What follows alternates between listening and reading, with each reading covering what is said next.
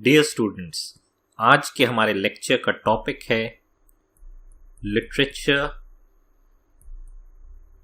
And literary culture in 16th century England.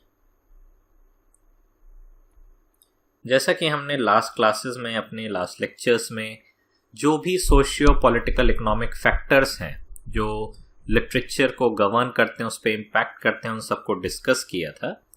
आज हम शुरुआत कर रहे हैं लिटरेचर और लिटरेरी कल्चर जो 16th सेंचुरी इंग्लैंड का है, स्पेशली जो एक एलिजाबेथन टाइम पीरियड जिसे हम बोलते हैं और pre Elizabethan time period 16th century में, दोनों में हमें एक खास अंतर दिखाई देता है। ये दोनों ही फैक्टर्स, और खास तौर पे जब हम लिटरेरी कल्चर का बात करते हैं, वो हम समझने की अपने इस लेक्चर में कोशिश करेंगे। इन 16th century England, literary culture was not associated with print as we think of it now। तो जैसा कि हम जानते हैं कि 15th सेंचुरी में ही एक मॉडर्न काइंड ऑफ पब्लिशिंग का, मॉडर्न काइंड ऑफ प्रिंटिंग का शुरुआत होता है। उसका इम्पैक्ट हम देखते हैं इंग्लैंड के ऊपर अभी भी ज़्यादा नहीं पड़ा, उसका प्रभाव जो है 16th सेंचुरी इंग्लैंड का लिटरेरी कल्चर जो है उसको हम अभी भी देख सकते हैं कहीं ना कहीं प्रिंट कल्चर से वो डिसोसिएटेड है। कैसे? Poetry in particular frequently circulated in manuscripts copied by readers into personal anthologies or were reproduced by professional scribes for a fee। तो जब हम बात करते हैं जैसे जैसे एक लिटरेरी कल्चर इंग्लैंड में डेवलप हो रहा है और इंग्लिश लैंग्वेज डेवलप हो रहा है, साथ साथ धीरे धीरे प्रिंटिंग का कल्चर हमें लगता है एक नेचुरली डेवलप हो रहा होगा, लेकिन ऐसा नहीं है। पोएट्रीज, जब हम 16th सेंचुरी का भी बात कर रहे हैं, तब भी हम देखते हैं कि पोएट्री जो है वो मैन्युस्क्रिप्ट्स में सर्कुलेट होती है और बहुत सारे रीडर्स जो है उन मैन्युस्क्रिप्ट्स को वो अपनी पर्सनल एंथोलॉजीज में कुछ पोएम्स या वो मैन्युस्क्रिप्ट जो है वो कॉपी करते हैं। प्लस हम देखते हैं कि जितना भी जो प्रोफेशनल स्क्राइब्स थे वो रिप्रोड्यूस करते हैं कुछ फीस लेके। तो ये जो रिप्रोडक्शन है बाय हैंड राइट करने का, और एक तरफ जो प्रिंटिंग कल्चर है, हम देख सकते हैं 16th सेंचुरी इंग्लैंड में अभी भी प्रिंटिंग कल्चर एक नया है। बहुत सारे इतने बड़े बड़े पोएट्स हैं, लेकिन उनकी पोएट्री जो है वो बहुत बाद में जाके जब कोई पब्लिशर उनको चूज करता है, उनको ढूंढ के निकालता है, तब जाके वो पोएट्रीज जो हैं पब्लिश होती हैं। लेकिन जिस टाइम पे वो लिखी गई थी तो उस टाइम पे वो मैन्युस्क्रिप्ट्स में ही सर्कुलेट होती हैं। तो जैसा कि आज के टाइम में हम देखते हैं बहुत नेचुरल है कि आप राइटिंग कर रहे हैं तो आप पब्लिश करने के लिए राइट कर रहे हैं, लेकिन उस समय इस तरीके का एक एजम्पशन, ये जो हम एजम्पशन आज के टाइम में होता है, बहुत नेचुरल एजम्पशन होता है, वो उस तरीके की उस समय के लिए बहुत काफी एक नई चीज थी। द टेक्स्ट्स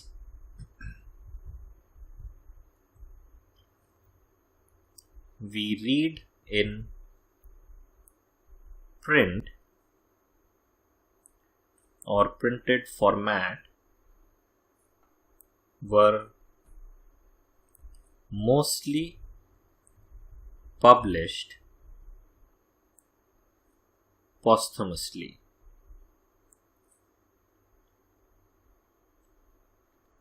मतलब राइटर की डेथ के बाद भी ऐसा हुआ है कई बार कि वो वर्क्स जो है पब्लिश किए गए हों.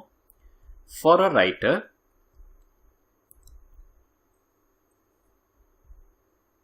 there was no such notion of copyright, no royalties, and writing was not a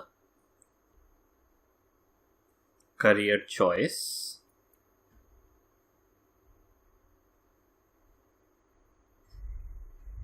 और प्रोफेशन.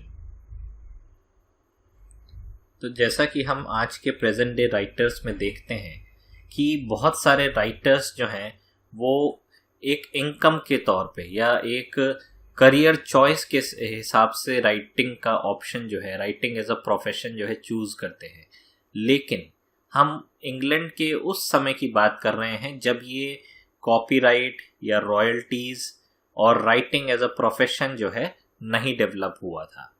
तो आज के टाइम पे हम जैसा कि जानते हैं कि जितना एक कैपिटलिस्ट एक सिस्टम में हम रहते हैं तो वहाँ पे हर चीज़ से प्रॉफिट कमाने का एक हमें मकसद दिखाई देता है. तो लेकिन इस समय में हम देखेंगे कॉपीराइट तक का जो एक हमारे लिए बहुत नेचुरल है कि आप लिख रहे हैं तो वो आपका यूनिक एक उस पर कंट्रोल रहेगा उस राइटिंग पे.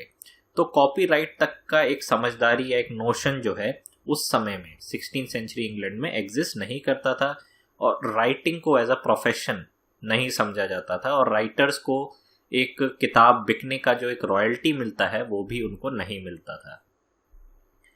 In the first half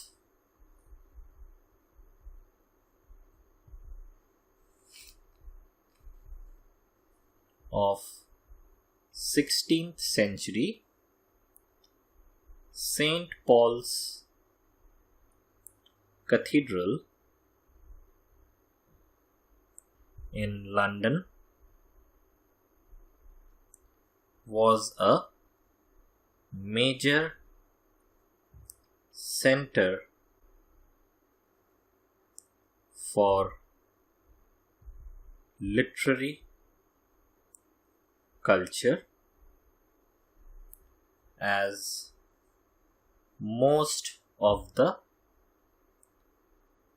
bookshops and printers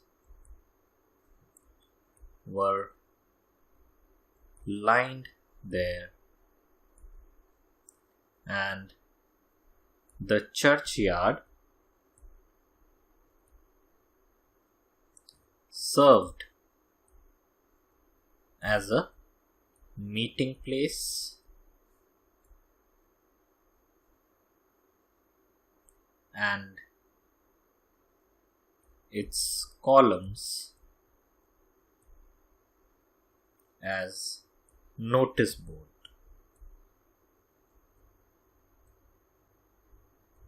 तो ये हम उस समय का एक लिटरेरी कल्चर भी समझ सकते हैं कि किस तरीके से सेंट पॉल कैथेड्रल जो लंदन में था उसको एक मेजर सेंटर माना जाता था फॉर लिटरेचर, जहाँ पे बहुत सारे बुक शॉप्स और छोटे छोटे प्रिंटर्स जो हैं वहाँ पे एक लाइन में हमें मिलते हैं.